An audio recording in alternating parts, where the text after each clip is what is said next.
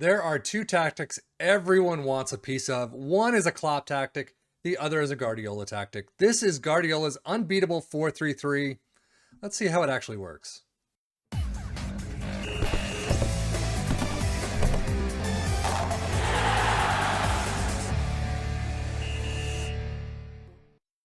So obviously we are not using Manchester City. We are using the other side of Manchester with Manchester United in red, Brentford and Nottingham Forest as usual with transfers on. And I have to say, if we look at the league table, Manchester United crushing it with 71 points, 9 points above their fourth place counterpart, Wolves. Interesting. I have not seen Wolves up there. Man City and Liverpool just strolling to the top as usual.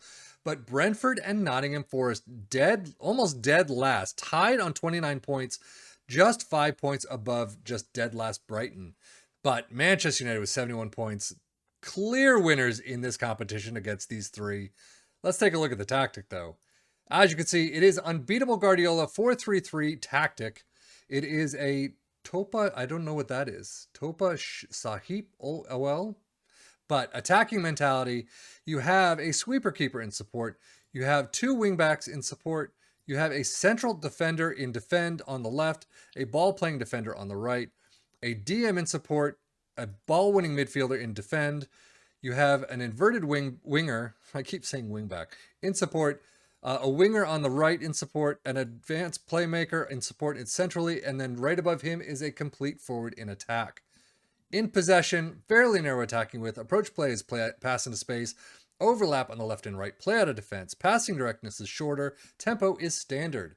The final third is mixed crosses, work the ball in the box, and be more expressive. In transition, counter press. Wow, no counter, no distribute quickly, no anything. Just counter press, distribute to the center backs, and take short kicks.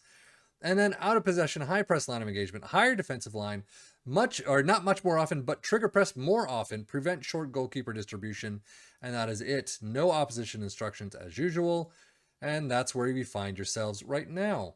As you can see, Manchester's schedule does look like a nice sea of green with a couple of, a handful of losses, a handful of draws here in the first set. Losing out to Newcastle 0-2 in the EFL Cup third round, Aston Villa 0-1 in the Premier League. Starting off post-World Cup, though, in the same style until you get to roughly Aston Villa. You beat Nottingham Forest 4-0 in the Premier League. You beat Roma in the Europa League, passing through to the next round. You do beat Benfica 3-2 and then draw Benfica. And then in the European final, you can see they beat Arsenal 3-0. So a nice ending to the season with just, two losses right there against Leeds and Newcastle, but a handful of draws, but still coming out winners in at least the Europa final. Brentford started out nice, obviously a 1-1 draw against Wolves, okay, but a 0-1 Arsenal win, a 0-1 Newcastle win, EFL Cup second round 2-2 draw with penalties against Bournemouth, but then just shambolic after that. Just losses all over. You actually do pick up a win against Southampton 2-0, but overall, I mean, even the draws, Fulham 3-3, Leicester 3-3 or 0-0. So, but everything else, an absolute loss. You do have a nice January, wins against Middlesbrough, Nottingham Forest, and Bristol City. You are progressing in the FA Cup until they're Wolves 0-2.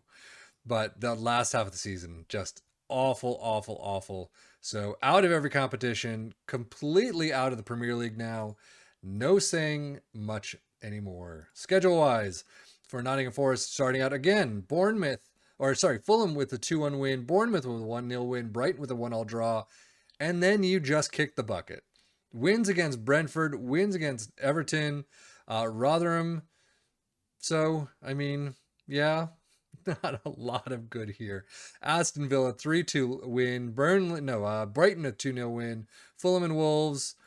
But overall, you're out of the FA Cup against Burnley. You're out again in the EFL Cup against Wolves, the 1-4.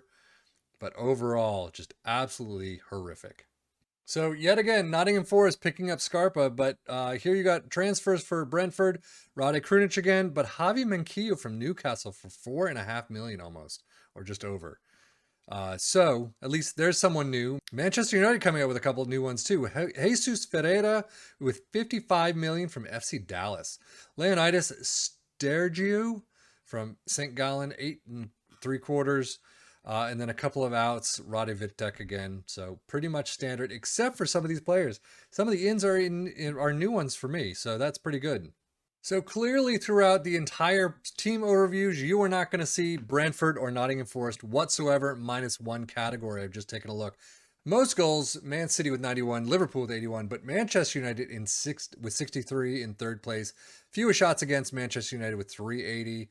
Most possession, actually Manchester United is there, which is the first almost. Hardly ever anyone gets into that list. No most dribbles for, fewest conceded, Manchester United with 26, second, which is very nice to see. Most shutouts, Manchester United tied for fourth with 17. And then here's where Brentford is in sixth with most tackles won with 850. Nottingham Forest, not even in the list at all. So overall, I mean, Manchester United definitely doing, as you could tell, in third place, a much better job than the other teams. As we look at the player overviews, again, I'm not expecting much. Haaland with 41 goals this season. Ronaldo with 21. Most assists, Manchester United. Rashford with 10. Most player of the match awards, De Gea with 6. And then, yeah, really, there you go. Most dribbles made, Brennan Johnson of Nottingham Forest with 149. Jadon Sancho at Manchester United with 129. Rashford with 132. Fewest conceded, De Gea with 22 in second place. Shutouts in fifth with 16. So overall, I mean, it's clearly a Manchester United show. Most shots with 100 for Ronaldo. So overall, doing very well. As we finish out, this is probably going to be pretty awful to see post Manchester United, but top goal scorer is Ronaldo with 32 in all competitions, 7.42 average rating for Ronaldo. Rashford with 15 assists, and then most player of the match awards, 7 for Ronaldo. And then here we go. Brentford, as we're going to see, 17 goals for Ivan Toney. It's actually a pretty good tally for Toney, 17 in all competitions, but still nowhere near what he's seen before. Vitaly Janelt, I have no idea who this guy is, never heard of him. 701 highest average rating. Most assists, Keane Lewis Potter with 5, and then most player of the match awards, Vitaly Janelt again, 4. But most player of the match awards, 4 for Janelt. I still don't know the guy. Nottingham Forest, top goal scorer, 12 for Iwoni. I'm never going to get that. Niakate with 694 highest average rating. Brennan Johnson and Renan Lodi for most assists. And then Brennan Johnson with 3 player of the match awards. And that is it. As we could just finish out with the league table, obviously Manchester United is 71 points is probably a higher tally than a lot that we've seen some of these tactic talks. So definitely take a look at this one if you're interested for Manchester United. But Brentford, Nottingham Forest, some of the lower teams, some of the half teams and down, I wouldn't even bother. But that is it for me, 7FM, for the Football Manager blog channel, saying thank you as always for watching. Take care and enjoy.